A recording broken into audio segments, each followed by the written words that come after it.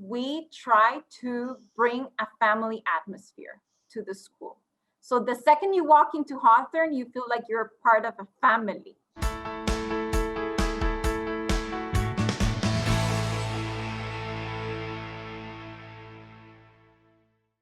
I'm Glenn Herbert, and I'm an editor with Our Kids. We're speaking with insiders from Canada's leading private schools to gain insights into their programs, culture, traditions, and leadership. This includes insights from parents, alumni, and administrators. This is the Our Kids Insider Perspective.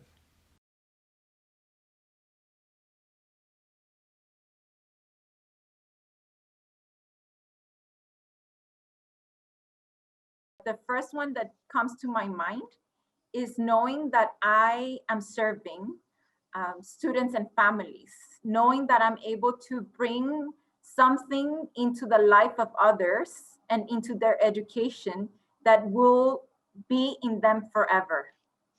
A second thing that I'm passionate about to be working in this area is knowing that it's human persons that we're talking about. And so I'm a people person, and knowing that I can get to meet other persons and like just really develop relationships and then see them flourish as adults. Again, it's related to the first one, but it's just different into the aspect of relationships. And then a third thing would be me growing as a person as well. When you work in this kind of environment, you learn so much from others too. And there's always room for learning and growing. So I would say that would be the third one.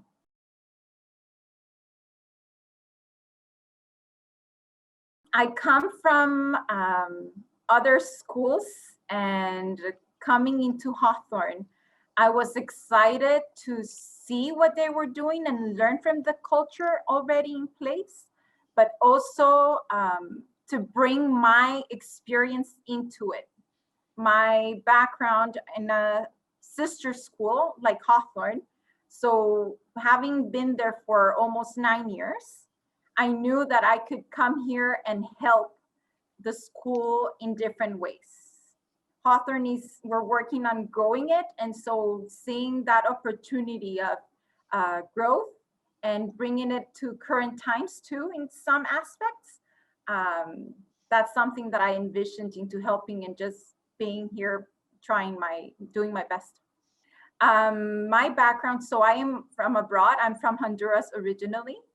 And there's many sister schools like Hawthorn around the world, but we're the only one in Canada.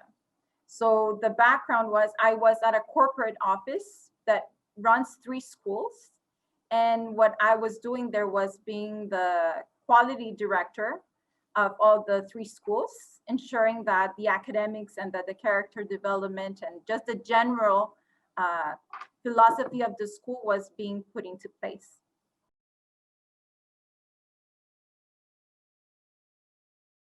A typical day for me at Hawthorn starts off with early in the morning, getting ready to greet families at the side door, welcoming the students, greeting my teachers, and that's a right way to start. Then we go into scheduling the day, and this is usually based on whatever events we have at the school already on calendar.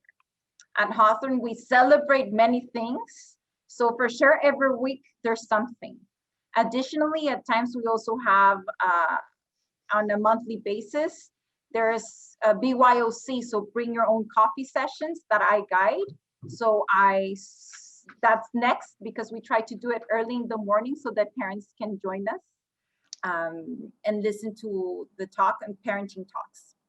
And then we also have scheduled meetings that are some of them just already planned and part of like the day-to-day, and other ones that depending on the things that arise as we go. It's the attention to the people, the community that we have to have. Also, as the day goes by, of course, I do have my breaks. There can be a coffee break in between meetings in the morning. and then my lunch break, which I do take a little more time and allow myself to recollect my thoughts and ideas, to see how the rest of the day is going to go and the week. Then I also include in my calendar some study periods, because we have to, in order to serve better and to learn and to be able to see the issues or the challenges or the things that we want to implement, there should be a time in which we have to prepare better for them to make them more professional. And then we end up the day, I try my best as well.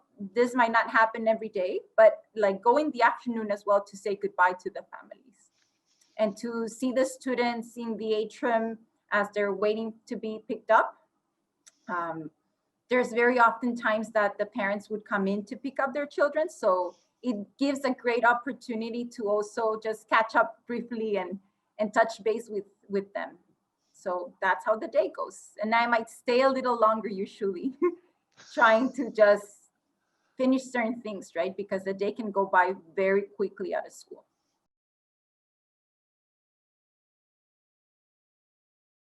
We just recently participated in an ethics bowl, and this student who has been here since JK mentioned that this experience has brought to her, has made her realize how everything that we do makes sense, because now she sees the importance of what she has learned during her time at Hawthorn. She's a current grade 11 student that's going to graduate next year. And she just is very much in awe of all the things that we do, the programs, the curriculum, the academics, and the character development component that has made her solid and given her the foundational knowledge and skills in order to face life with a better perspective.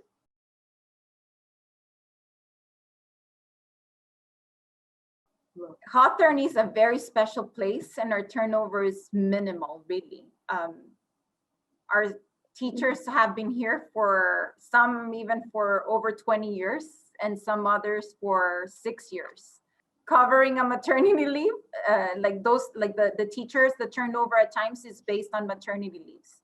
So not that they leave, they just come for covering a maternity leave. But it's, yeah, very, very low.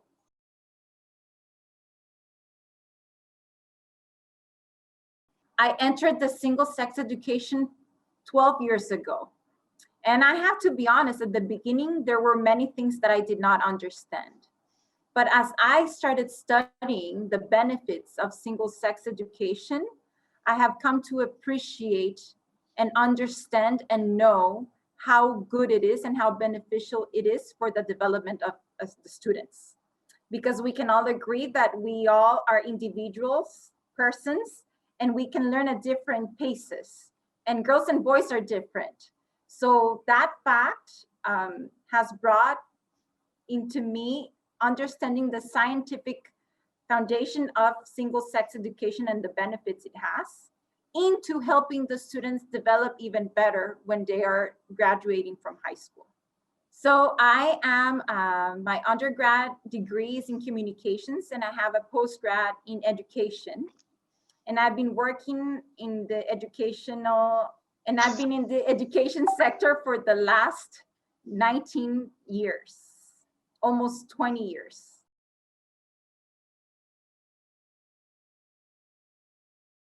The students that are in the middle of the world, changing the world around them.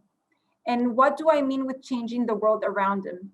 Being good examples, caring for others, being of service, bringing their knowledge, but not only a matter of knowledge, but their will and their spirit into that service, so that it can be a better service for the community and to the world, for instance. So I think that that's a great example on how our girls live those virtues and values. I can say that a lot of our students that are alumni have been able to help wherever they are in many different ways.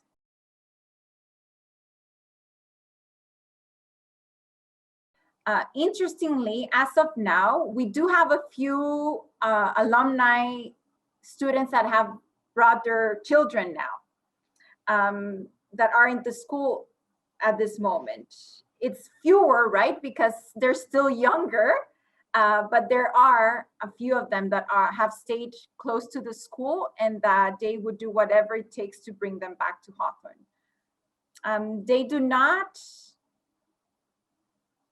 have like a close relationship like current students. You would keep a closer communication with those who have graduated more recently, right? Like with the years closer to your time. And they do remain close. And I know some students even have remained in touch with the former teachers, like, or teachers that are still here. They would even text them saying them, thanking them for what they have taught them. And they carry along their notes with them because they have been such amazing notes into university and sharing that experience with them. So it's not like they connect like current students with former students, but there is a connection for sure with our alumni in different ways.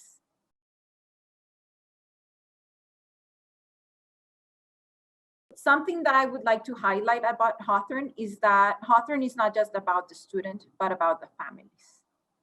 So at Hawthorn, we don't accept a student, we accept a family. And that's key because one of our foundational components of Hawthorn is recognizing parents as primary educators of their children. And so when you ask me what kind of student, I would say what kind of family is drawn to Hawthorn. And those families are ones that know and value and care for the holistic education of their children, that value the academic component, but most importantly, the character development.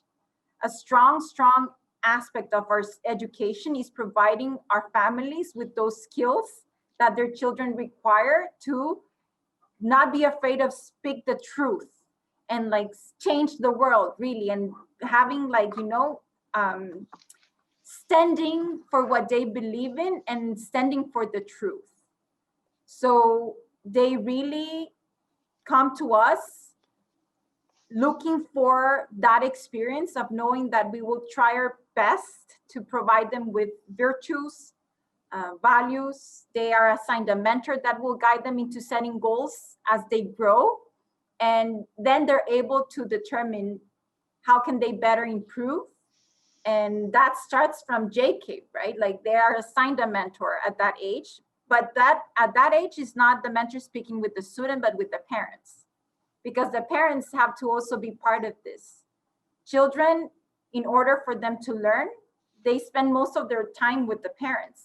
At school, it's like 10 months in the year for sure, but most of the time is with the parents, right? So another aspect is that the parents who come here, they know that they will have an important role in the education of their children, and that we have to work together in the upbringing of their children, into the education of them.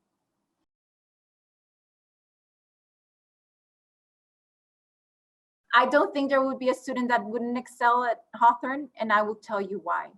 Because at Hawthorn, as I said, we are very much into each person. So we know that each person has talents, and that we try to work with them throughout their challenges so that they can really make good use of the talents they have and overcome those challenges that they might have, as long as we also work together with the families. So parents are key characters into the education of their children, right? Again, they're primary educators. So if the parents and the school are hand to hand, it's just magic what happens to the student.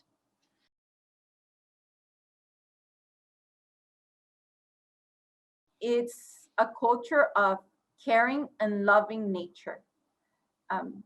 We have a community that's very tight together, and we try to bring a family atmosphere to the school. So the second you walk into Hawthorn, you feel like you're part of a family. And you should come really, like I feel that you can really sense that when you come. very often people who visit the school, they feel like they are home.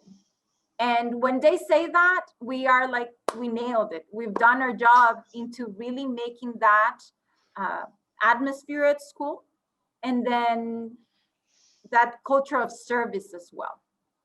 So our culture at the school, everyone knows that we're here to serve and to help each other grow. And we live by it. Certainly we do. Our staff, just mentioning a little bit, of course, of what I've said before, have been here for so long. And that's something that holds them at Hawthorn. When you ask them, why are you at Hawthorn? Like, so many years, like, what's in there? Like, what do they do there? And that's a key aspect of why they remain at Hawthorn, because they feel they're part of a community that will do its best to work with them and just provide that nurturing atmosphere that we need in order to help children grow.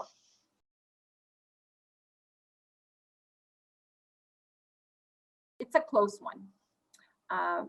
We know communication is key into developing relationships.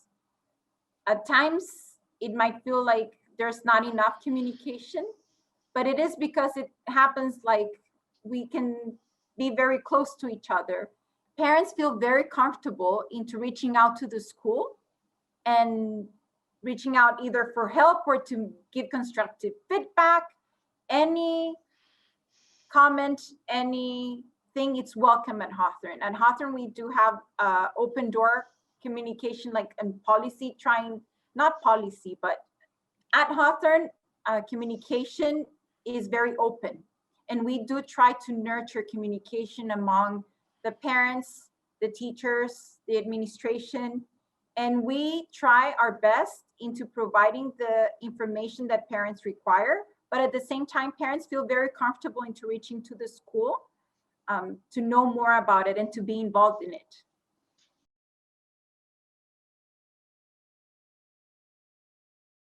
A key aspect of the Hawthorn education is the character development. And in order to help our students overcome their conflicts, because it's human nature that there's gonna be conflicts, we try to talk to them and make them realize the importance of overcoming the differences and also agree to disagree. We do not all have to be thinking the same way, but we have to respect each other. So in our character development component and assigning a mentor to each student, whenever there's a conflict among two students, we try to approach it from the mentor perspective.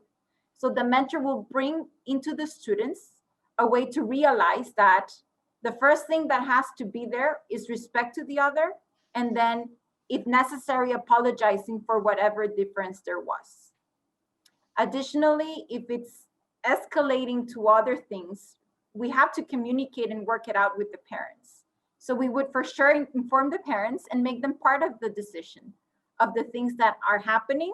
And we will ask them to speak with their children in order to realize or determine what are the next steps into whatever the conflict has brought.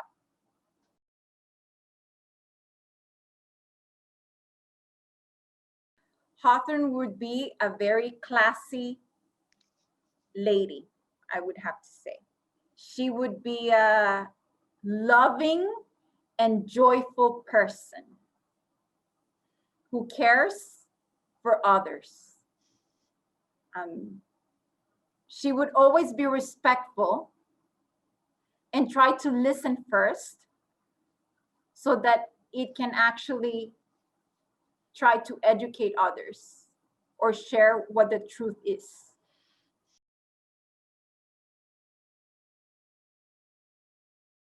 Hawthorn plays a role of service. And I feel like I'm repeating a lot of service, but that's true. We're here to serve. And we get along very well with the city, I would say.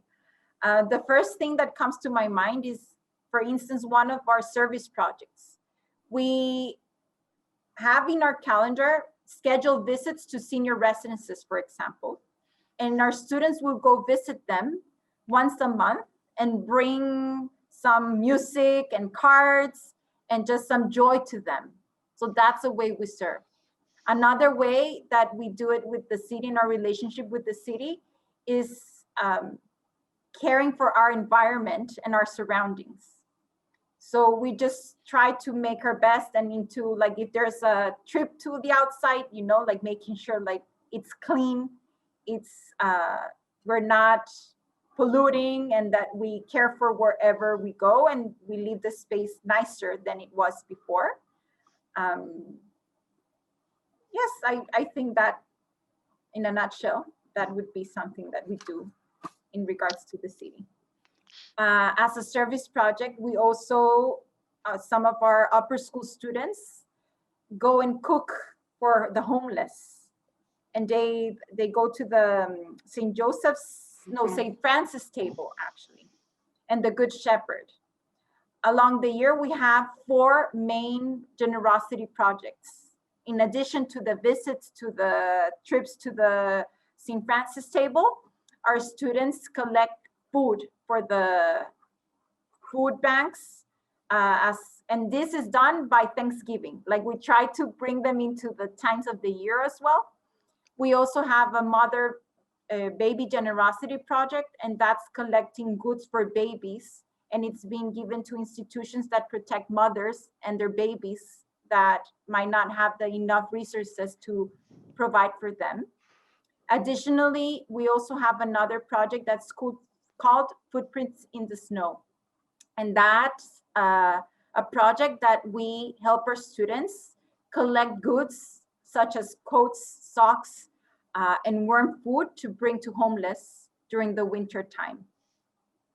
And then at times we also collect things to send abroad to schools that are in dire need of school stuff supplies, right?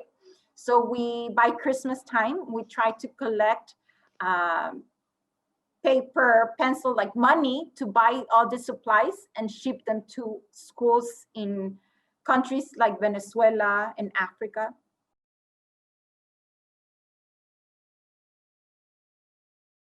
There's only one opportunity in a lifetime to educate your children.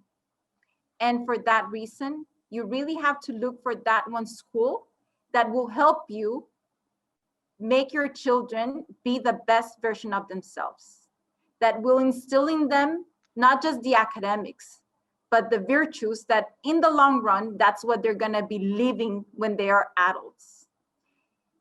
When they're growing, and children from age 6 to age 17, that's the stage in life in which you are really creating those foundational skills, which they will use in their future. When they go into their profession, they will not be asked if they got 100 in math. They will be asked if they are ethical, if they are able to serve others, if they're able to say the truth and stand for what they believe. So to me, that would be my advice. You have to look for a school that will help you build those skills. For more information about this school, you can visit their profile at ourkids.net.